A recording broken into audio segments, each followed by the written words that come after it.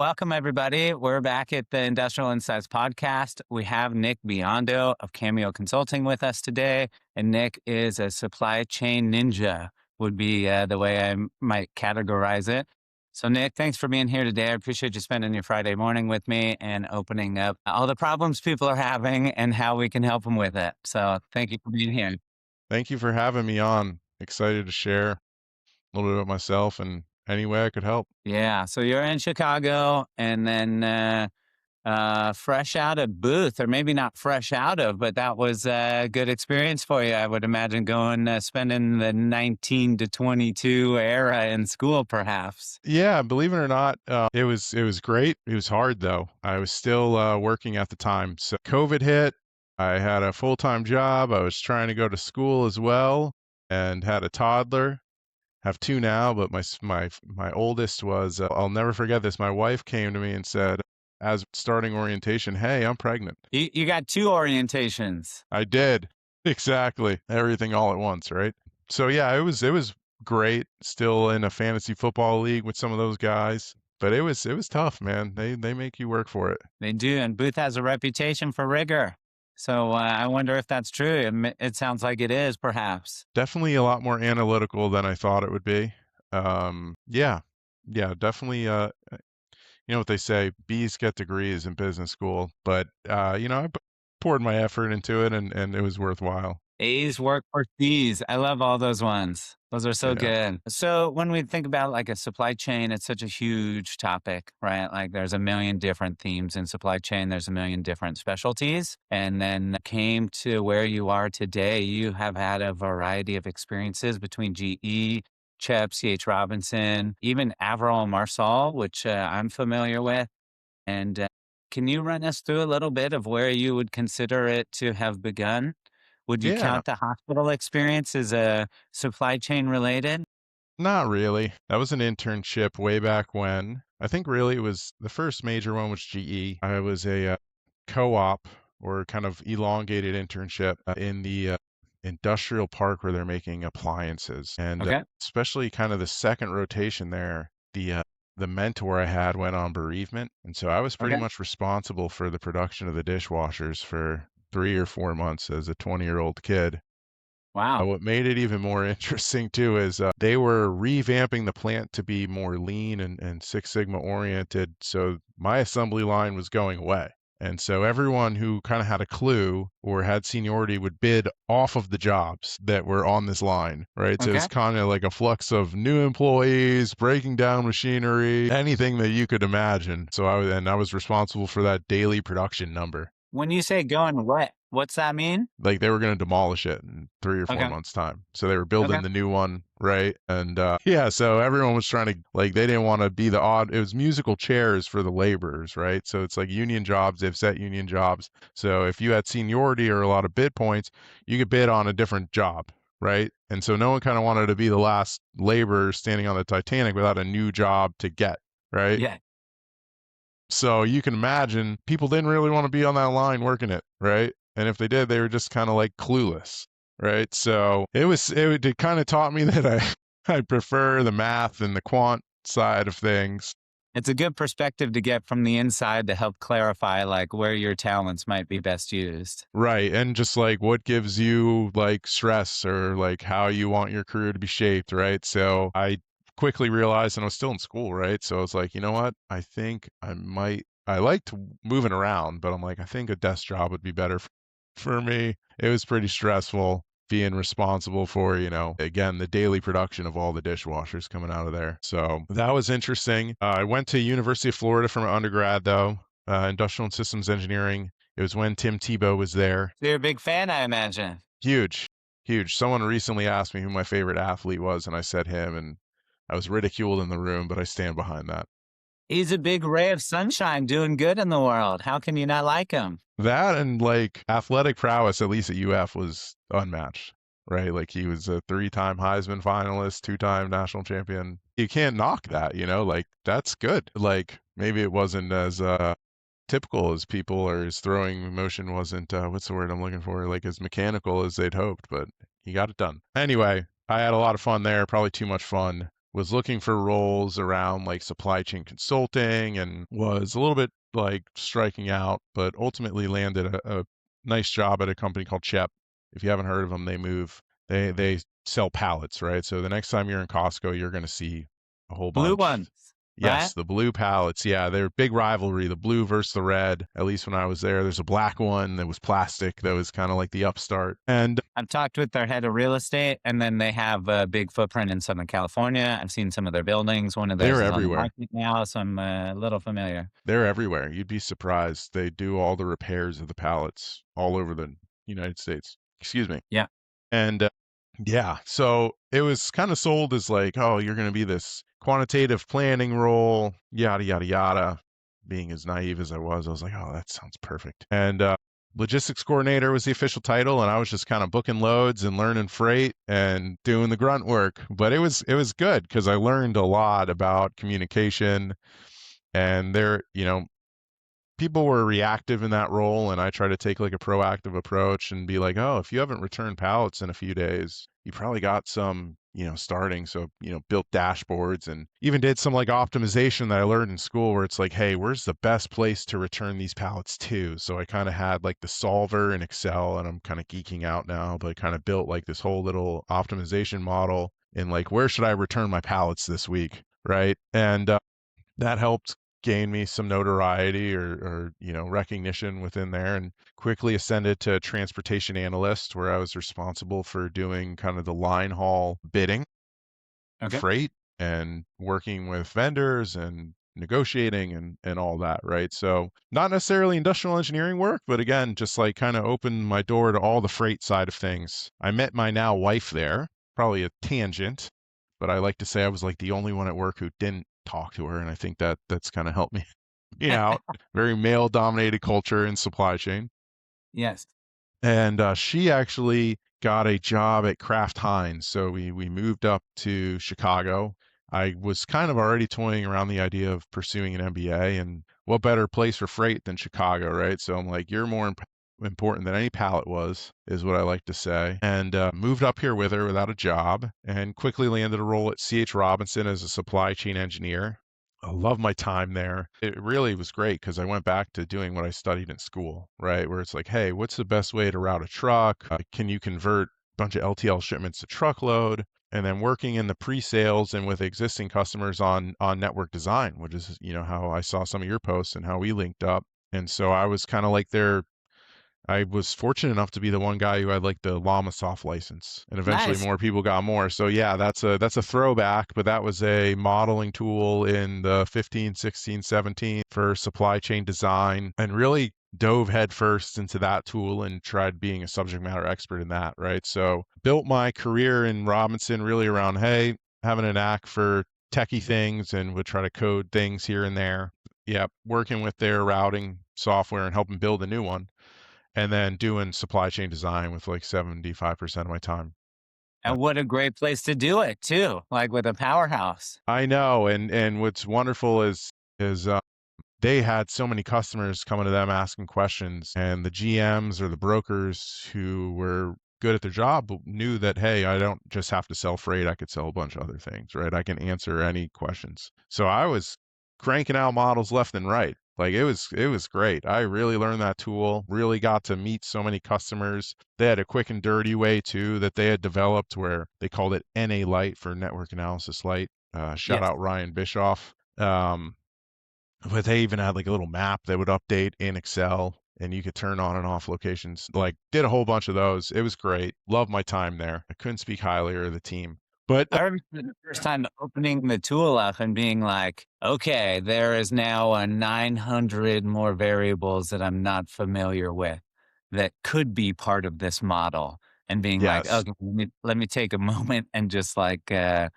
deal with this overwhelm. And then like it's okay once you figure out like what the main ones are and what you like really need. And those are all just like you could use if you wanted to. It's not like you have to be a master of all 900 in order to like crank out something viable. I think what really helped me is having that background in industrial engineering and taking like operations research classes, because I Yeah. knew under the hood at least like, hey, this is the objective function. This is what they're trying to do. All these tables are then putting in the constraints and variables. So I had Yeah. that like concept or knowledge of it, right? So like intuitively, it made sense when I first opened the tool. I think Love it. really throughout my career where I try to bring value because there are countless other people who are better than me at coding and operations research, right? Like I can't compete with PhDs, but at least what I think I try to do and what I've learned at Robinson and then Alvarez and Marsal did a little bit of product work, but ultimately opened up my own firm and working with others is how to bridge the gap between the P&L and what you're modeling, right? Great example is excess and obsolete inventory, right? For a novice modeler, they might just cut it out of the model altogether because it might make it not run, right? Or it just kind of sits there. So what's the purpose? Well, what the purpose is that someone might have to write down all that inventory, right? Or if you take it Yeah. out, you might ship something off into a location that doesn't have that space for it. So I things love like that. I Understanding love working. Go ahead. Oh yeah, I just love the visual that sometimes you see in presentations, which is like the problem, how you help, and then ultimately you have the P&L on one side, and then you're like, here's how the problem my help fits into this part. And like Right. inventory being a perfect example of it. And I feel like so many people can't tie that together. And if you can, like that speaks the language of the executive who needs the help and who is going to hire you for your project. Right. And it takes a while to get to that level, right? Like, oh, if I optimize my network, what does my working capital impact look like, right? And that doesn't even hit EBITDA. That's just like a slow reduction of inventory, or what level of safety stock do I need? So being able to tie that all together, at least is where I try to play. And whether it's myself or subcontracting through a few other firms, it's, trying to help middle market companies, executives, operating partners solve their problems. It doesn't, and to your point as a ninja, I just try to approach the supply chain holistically. Had done a recent project where just looked just at transportation. A client had come to us and said, "Hey, what if I wanted to have my own trucks? Where can I deploy those?" Right? And I love those kinds of questions. what's Yeah. that? I love those kinds of what if questions. Like, I'm hmm thinking about doing this. I have a feeling there's a play there. I can't get my arms around the analysis. Yeah, this one was even like the owner of the company who's 10 steps removed. The theory was that he had started as a trucker or he had hauled freight when in his teens and he wanted to get back in the business. Okay. At least that was the working theory and we're like this doesn't make any sense, but I looked at it and from my Robinson days Yes. back then we had some guys who had developed like a lane pairing tool, right? So it's like I got an outbound, I got an inbound. Well, isn't that great for finding your own truck to do it? And identified really short haul lanes where it made sense and those lane pairing ones where it made a lot of sense, where it's like you have enough volume going back and forth that this could work. Right. And, help them execute that as well. So that was really cool. Ended up even bidding on trailers through Ritchie Brothers, right? So a little bit, I'm happy to help in any way, right? Yeah. Yeah. So that, I mean, not just doing the analysis, but actually diving into the execution side as well if the infrastructure is needed. Well, isn't that the whole bridge? Right. Consulting and like, implementation, where you're like, hey, I'm not making an impact, or like, not that you don't, but like the extent of your impact is limited to the execution part. And so, like, to the extent like you can play in there and help like solve the next problem, which is now I know what I need to do, like how, and to be able to like, extend into that. So I got to imagine that. I love that. Yeah. That's extra Yeah. value. So I will say during my time at Alvarez and Marsal, and they're the phenomenal organization. I would say world class in understanding the impact and tying everything back to EBITDA and really just providing clear, concise answers to their clients. One of a kind, different class. Like it really opened my eyes to like how good people could be at this stuff and really helped me step my game up. I love it because they've been a mystery to me sometimes where I've seen some of that, and then I've seen them like actually in the real estate market, like with an asset or on a project, and then being like, yeah, I never really knew like a where they played. Yeah, so they've got a capital division where I think they're running companies or making investments. I was part of the private equity performance group though. So think an operating partner comes to us and says, I have this investment thesis. I thought that there were synergies here and here. They're not being realized. Why? Right. And so a lot of that comes down to operational excellence and improving, right, margin. And that's where we would dive in there, right? So again, they did a lot of the execution stuff as well too. One thing I think for consultants across the board though is you make these shiny slides, you have all your analysis, you read out to the executive level and you're like, okay, here you go. And then like 12 months later, the problem is persisting because you got to teach a man to fish, so to speak, right? So at least that's how I try to differentiate myself a little bit, aside for cutting out the middleman and everyone who's kind of got to take a bite out of the fee. Yes. But it's like I try to at least give the tools back, right? So it's like, hey, when I go, here's how I did this. Here's the buttons you got to click if I got to code an Excel macro or whatever. And here's how to make this sustainable. So you can do your own network model, right? Some of the network Yeah. modeling stuff, even I'll say, I made this model, but if you want to work with the software company, we'll ship it into your environment and you can run it quarterly because I don't want to do it. I'd rather you refer me to someone in your network than me have to come back and work for you over and over and over, right? Doesn't And seem a, fair. and a model needs to be updated is now it's damn near real time, I feel Right. like.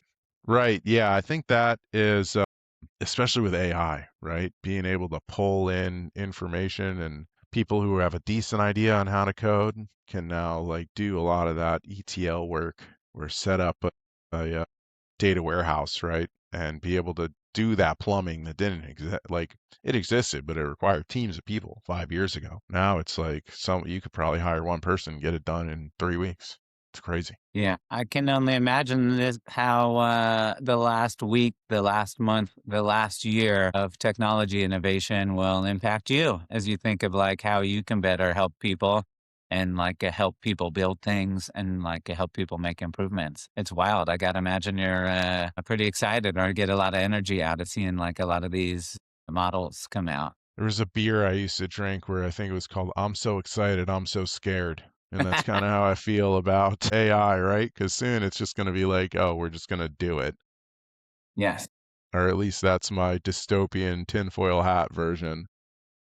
You got to have both hats on, just You depending on. do. You Yeah, do. yeah. Yeah. Yeah. But the way it speeds up analysis and just kind of like the copywriting for slides, still review everything I put out there, but just allowing for like the framework of things. And even recently was like, oh, I wonder if I can make a tool and push it out there.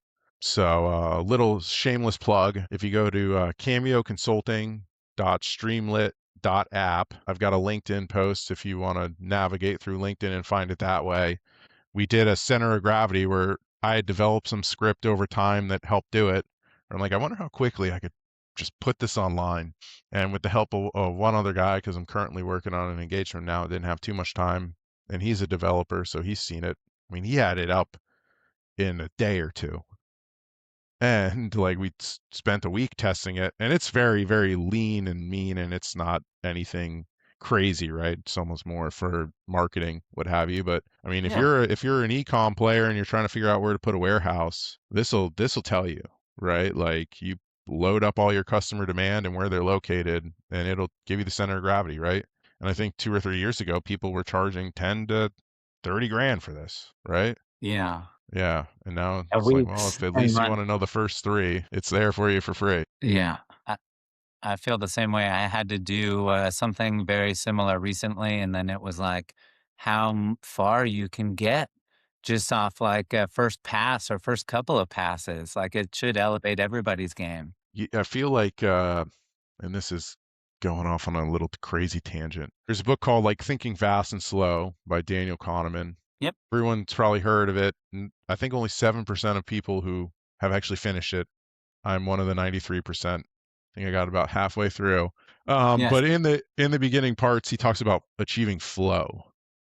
And that's like something that your brain kind of just ends up like locked in, you're enjoying it, and that's when you get the most efficient work. I feel Yep. like AI almost like induces flow because you're just getting so much progress so fast where it's like instead of working on something for 15 minutes an hour and getting 2 steps in, now you've put that hour, you're 20 steps, you want to keep going. right? And at least I feel like I achieve flow working with these apps sometimes, especially in the coding arena, the whole vibe Yeah. coding thing. I think that's what it is. It's like, oh my gosh, people have flow in something they've never had before. You get the reward of the progress and the gratification so fast. Why wouldn't you want more if you're trying to get to your goal or to the end or to progress or to whatever that like means? It's, yeah, no waiting for it. Or at least it's not perfect or anything, but like, I totally dig that. Yeah. Yeah. So then now you get to figure out how to deploy this helping people. See, so Right. Yeah. And I cool. mean, I'm Yeah. sorry. Can you go ahead? No, just, like, it's fun to think of, like, making the tool as awesome. It's like a great starter pack for people that then need, like, any network design and optimization work. I was a little surprised with some of the, like, revenue management stuff. Is that's something that's, in your repertoire a little bit or that you had a Little project bit, on? little bit. To be honest, when I had started the website, I probably need to update it. Done some SKU rationalization and really like customer rationalization for a few clients. We'll circle Yeah. back to that because that's a really cool way to use optimization in that piece or that example. But there are a few, that's the power of Booth, right? There are a few people who either are looking for work or have a job but aren't really fulfilled where it's like, I know they're experts in that and I will try to link people up with those people who have kind of told me, yes, I would be happy to do a project if you sell one. And so typically stay away from it, but if someone were to ever approach me and say they need it, at least put them in touch with the right people or subcontract through that kind of stuff. Did one with a intermodal company with about 1,200 asset units, and they Okay. were kind of just like shipping their stuff willy nilly all over, right? Like they had different markets, but they didn't really have a way to balance it. So actually use network optimization and that lane pairing tool together, right? First Okay. made all the different pairs, had assumptions on, if it's going west, it's got to come east. Transit time's probably about the same. We're at a high level view, right? But really, like if you think of like an airline company, how do you pair the freight, right? So made a matrix of all of those and then ran an optimization on top of it to say what's the best margin lanes. I also allowed for deadheads to come back too, right? So it's like if it's really high margin, right? It might And be worth it. they didn't end up going with it because it cut their revenue in a third and their trailer pool by like a half. And they were more like trying to get growth, but they were losing money, and this made them, I think it saved them like if they had followed it, I think that they would improve like $2 million a quarter or something insane like that. They'd have to do the Southwest strategy and shrink their fleet and really focus on what lanes they need, right? But that was a super fun project where kind of looking at something that you hadn't thought would fit in network design or optimization. It'd be like if I mesh these tools together, this will get the insight that we need that they're missing that like you have from your experience and from your like ability to work them together. Yeah. Yeah, I mean, I'm always kind of making little tools or trying to help out. We had one that it's like a CRM for 3PLs that we did for a client. And so I was a game Nick of how long can we go before saying 3PL? And so we made it there you go. Yeah, yeah. 27 minutes. So I'm glad we got it out of the way and can AI Yeah. and AI and 3PL we've now hit the high notes. Yeah, we need a bingo card. I probably got a few more that we can get to, but yeah. Yes. In the 3PL space, though, we had a client who had like a decentralized kind of methodology where all the GMs could kind of quote opportunities. Okay. And a lot of those guys were just putting their finger in the air and thinking of the local market and saying, I can get $50 a pallet a month, right? And it's like, well, what's your contribution margin on that, right? Like, what's your profit on it? And this may be a little silly, but if you think of contribution margin, right? Like that should, if you have a full warehouse, really be the driving factor in, is this a new client or not, That's the hardest part sometimes. Yeah, of right? like it turning away unprofitable business because you're like, it's right here. We can win it. I thought we're here to win. And you're like, "Well, we were, now we're here to win things that like are accretive to the business and Yeah. having to turn things. Yeah. Yeah. Yeah, and even if you're empty, right? Like people will say, "Oh, it takes space." Well, it's got to at least have a positive contribution margin, or else you're digging yourself into even greater hole if you don't even cover your variable costs, right? Yeah. So it was like half form where they fill out all the specs, and then half Excel automation where it then took the number of employees it would need to service this, the space, you name it. And we modeled every variable and fixed cost down to like the lowest common denominator, whether it be square foot pallet. Did a whole cost build up and then just allowed a cost plus model, so to speak. So it's like, oh, hey, this is actually what it costs you. If this person needs 8% and then you need to take another 4%. Well, here's that 12 or 13% that you should end up pricing this at, right? And then, building out from there. So it was like half CRM, half managerial accounting tool for 3PLs. And so the network design thing was at least kind of like a POC for us too, where it's like, how many little tools can we put out there in the world for people to try to use with this AI piece too, right? Yeah. Yeah. Really interesting times.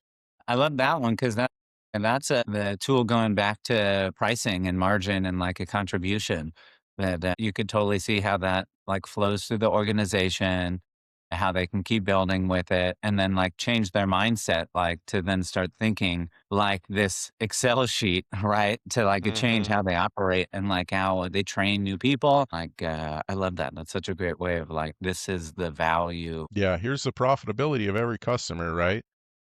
Down to the forklift driver, down to any way you want to slice it, right? So on that pallet how much of it is going to the labor, overhead, etc., right? So at least the bottom limit that you can price something, right? And sophisticated 3BLs can certainly do it, and maybe I just don't have a grasp on BOMSs, but I feel like they're more in like the weeds of it, right? Like the operational efficiency of it, and less on like the opportunity pricing element of it. I could be wrong. Yeah, I'm not sure I would know, but yeah, that's a good question. Just Hmm. thinking through like tying the financials back to the operations. Hmm. How much does it get back to profitability versus just like accounting for the quantity of things? Right. Right. I love it. So we got intermodal work, some 3PL work. We got network design. You had this example, I think, of paring down warehouses in one of your consumer goods assignments that you worked on. And for me, seeing warehouses go from 13 down to five, I was like, it's so wild to imagine like when that happens, what that actually looks like in an organization of like, we have people in 13 warehouses and we have just like our usual known way of doing things. And it takes a lot of gumption for executives to like get that it makes sense, but then to actually like craft the roadmap and walk the path and exit all these buildings. And for me, of course, I'm in the real estate business. So I always think of like, how are you going to exit the building? You got a long contract or you own it? Is the market in the trough or at the peak? Are we in recovery mode like we are now? Can you sublease it? Are you going to write off millions of bucks the day you put it on the market? And how's that affect your financials for this fiscal year? And just everything that is like the real estate arm of it, just because that's the place that I play.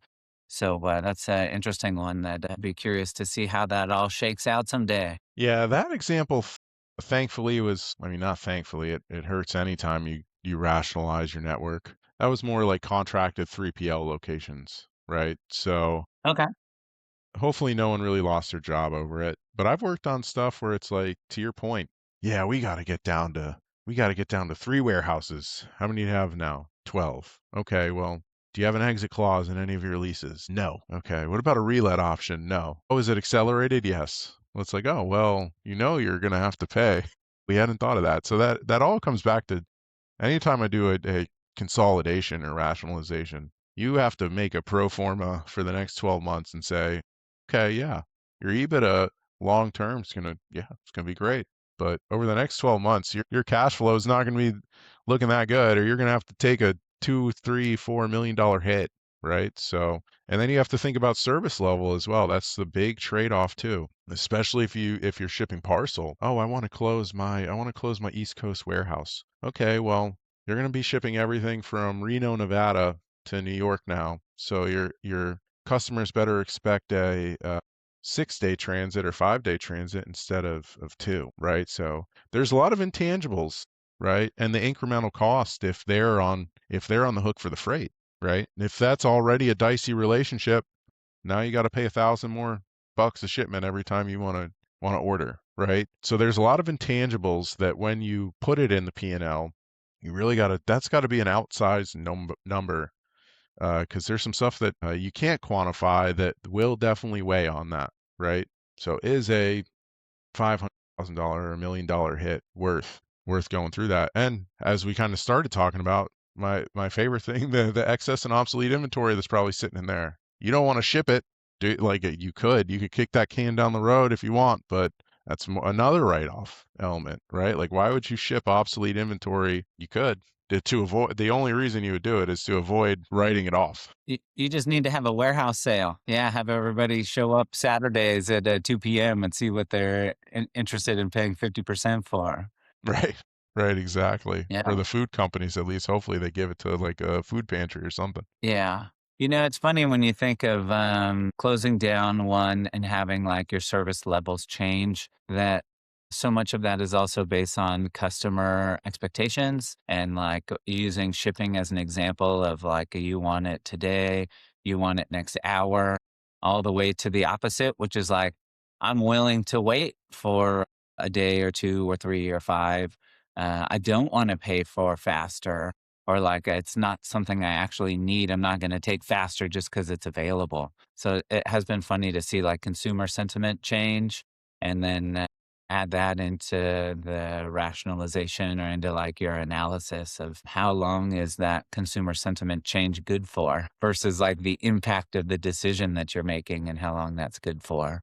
It can, gosh, it's so tough to juggle it all. It is. So I always put the service levels, as part of the analysis, but gosh, you're so right about the consumer expectations. Because when I was at Robinson, that was when I feel like Amazon was really in its heyday in terms of like logistics presence. Obviously, they still are, but don't get as much publicity. And I'd always have to tell clients, like, you have to remember, you are not Amazon, nor are your customers buying from Amazon, right? Like you make a industrial car part, right? You don't, I mean, maybe that's a bad example, right? But someone making kegs or widgets or what have you, right? Like you don't need to deliver same day or one day out, right? Like you don't have to guarantee 2 day service. You could, but it makes your life that here's how much it costs now.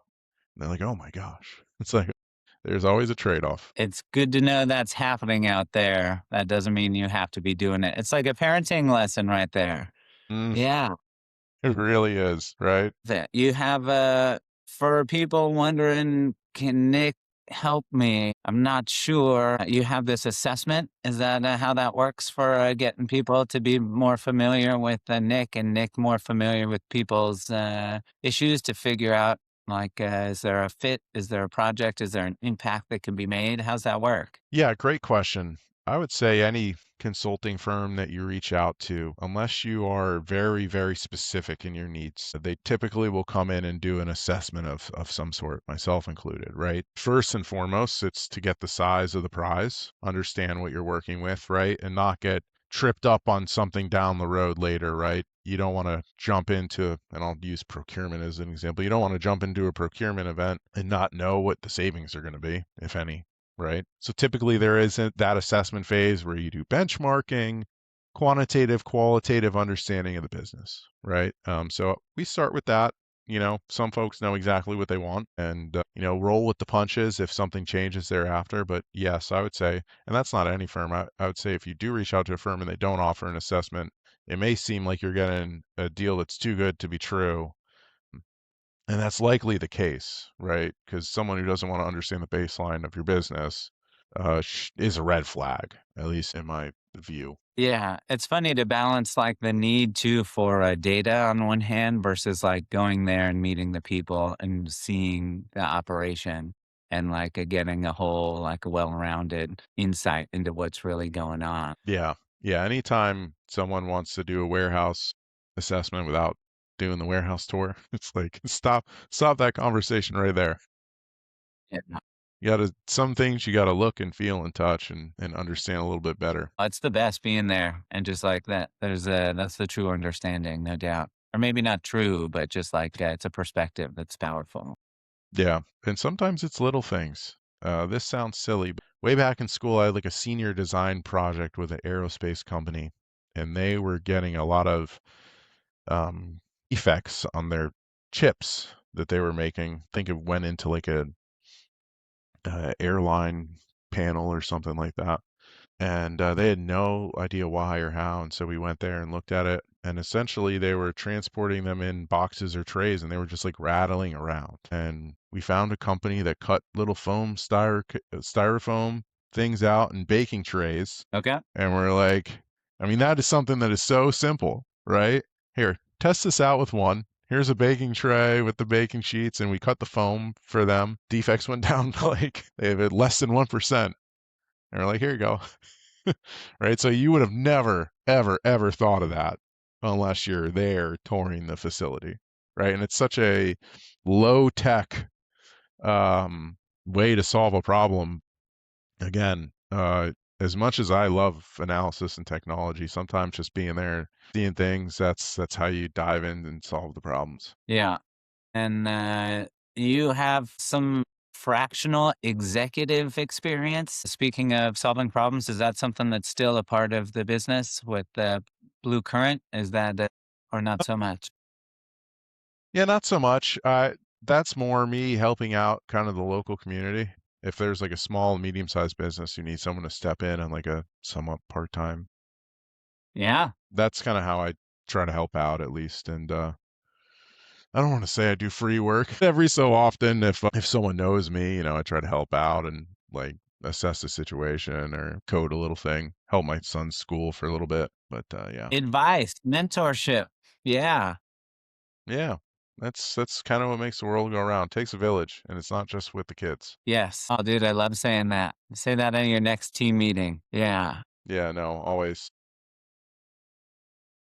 If we're thinking back from zooming out from Nick and his experience in helping people and consulting and zooming out into like the industry, the trends, and the near future, what's on your mind in terms of like problems people are having, things that are exciting, that are changing, Yeah, great problems you're question. seeing that are being solved, or just it's fun sometimes to just like connect on that part, just knowing like things do move fast. You see stuff that other people don't. I will say that, and I'll answer it with a question. From a transportation space, there is some rumblings that the market has flipped. And so we were advising clients to run bids if we found savings. Some did, some didn't. I think those savings are possibly eroded, and all of a sudden people are going to wake up who don't have contracted rates on freight lanes. They're going to wish that they did because buying spot may not work anymore. You'll see that on the freight waves, and DAT started to post about it a little bit. But I would love to know what your take on the warehouse commercial real estate market is looking like, because I've heard that's starting to tighten up a little bit too in terms of pricing. Yeah, that's a great way to connect it, dude. The whole freight pricing and then the real estate pricing, and just thinking through like how correlated are there? Which one happens before the other? Like, where can you draw meaning from that? Like, that is something like I continue to like think about and try and like bring new insights from. And then the market is like half of it is the local story, which is Mm. like in Southern California versus what I'd say is like the Midwest, or like the coasts versus the Midwest are like two different dichotomies. So, as usual, it's so hard to give a blanket statement where like the 800-pound gorilla insight and the most available data and perspective is Prologis. They are like forecasting this, like you mentioned in the real estate world, which is like this amount of supply that's being built has gone down to like a historic low, which is the backstop of the supply side of the equation.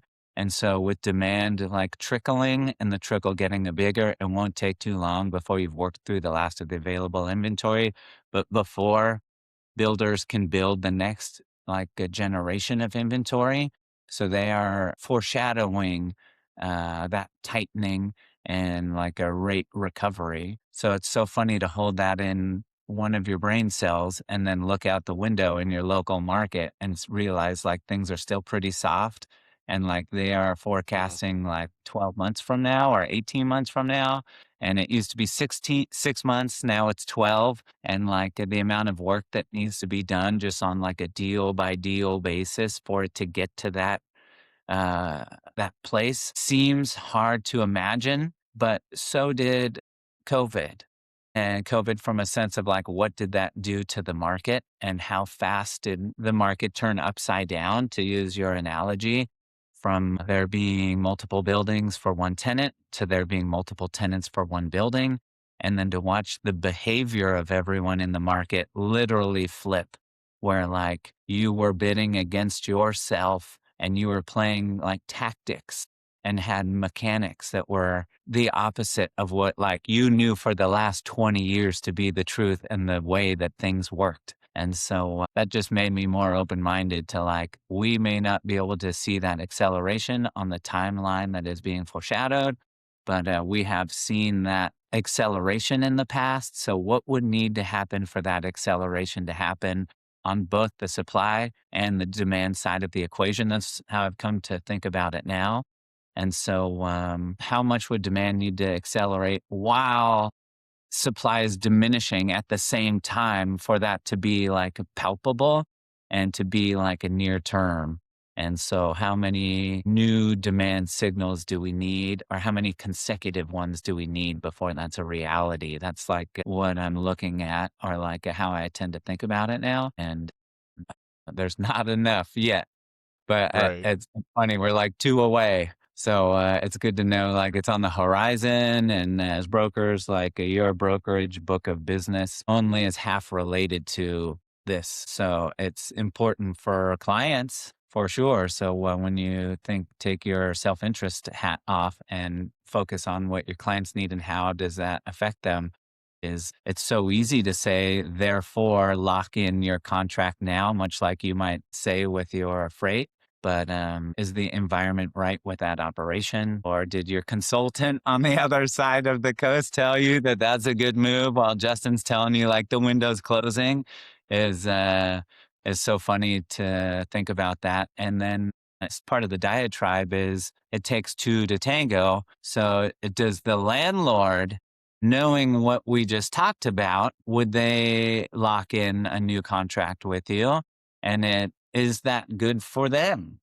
They'd Right. like to see the acceleration, as I would if I were the landlord. So it's always funny to then balance both self interests and the cycle, and then think through like, so how are we going to bring this together? Because it does have to end up, it's got to work for everybody. So it's a lot to factor in, but that's half the fun. Yeah, I took a class in Booth on negotiations, and one of them we played the role of you, and I was like, wow, that was hard. You've really got to focus on a win-win. So it makes a lot of sense. Yeah, you can't. But that's why we need people like Nick helping us. And that's why that all helps like round out the perspective for executives to be able to then take the real estate, the operations, and the financials, and then have those three legs of the stool all put a balanced stool together that you can sit on. Well, thank you. I appreciate that. Yeah. No doubt. Cool. So that's interesting thing about freight. Yeah. And freight waves and like paying attention to that and how it like fits into the. A lot of moving pieces there. There's the labor market, data centers. I think we'll know in 6 months if that's the real deal or a red herring. I mean, they're talking about putting them in space, so who knows? Stocks are getting whacked by even AI is starting to say slow down, but we'll see. A lot of unknowns and how it'll play out, but at least for now, the I think everyone's looking at tender load acceptance and rejections are starting to go through the roof. At least for and brokers are feeling a squeeze for sure. Now, is that just a peak or long term? We'll find out. If I could forecast the market, I don't think I'd be doing this. Tell me about rejections for the novice that doesn't know what that is and what that means and what to Sure. take from it. In very simple terms, and I'll even take a step back, is a very unique market where you can have a contracted rate, or you can buy spot, which is you just go out and try to procure freight that day, right? Freight is super unique that you can try to put guardrails on and what have you on a contract, but you can call up the company that you've contracted to haul freight and send them a load, which is like an order to move the freight, and they can simply tell you no. Even contract be damned. Excuse my language. But so that is called a tender rejection, or you can tender it to them and they can accept it, right? So rejections are really starting to go through the roof. And software called TMSs, transportation management systems, capture your on-time performance, your tender rate acceptance or rejectance. There's something, even because this happens so often, there's something called a waterfall where you've got your first carrier, your second carrier, your third. So a Yes. lot of the analytics in bigger companies, they look at, yeah, you might have the best rate, but you're not accepting anything. So get this guy out of the waterfall, right? Is something you hear. So I think Sonar and FreightWaves have published something that they're really starting to see rejections go up to a 2 or 3 year high. Don't quote me on that, but it's definitely substantial. Pre-COVID, the number was still probably double what it is today. But Okay. after COVID, and I think it suppressed demand as well as some regulations around. And I'm by no means an expert at this. This kind of is very in the minutia, but non-domicile CDL, which means you may not have to even work or live here to haul a truck, right? So a bunch of supply flooded the market. Demand is low. Rates have been repressed for quite some time, and we're starting to finally see an upswing. Yeah, just what everyone needs, more cost. Exactly. I think a lot of it will be, unfortunately, we're going to eat that, the consumer. Because if you get a 4 or 5% increase on transportation, right, what does that translate to on a $15 shirt, right? Someone's probably just going to end up raising the price, 1 or 2% and call it a day. And we will feel it, unfortunately. Not necessarily the companies, but, it's life, I guess. It tells you your network optimization business is gonna be doing okay for a little while. I certainly hope so. Till the machines do it. Yeah. Well, cool. I love it. I think that's a great place to put a pin in it, Nick. And we went places I didn't imagine. I learned things that surprised me, and I really appreciate your depth and breadth of experience and your ability to highlight the places you've been playing in the space. And yeah, look forward to brainstorming some projects together. Yeah, I would love that. Thank you so much for having me on.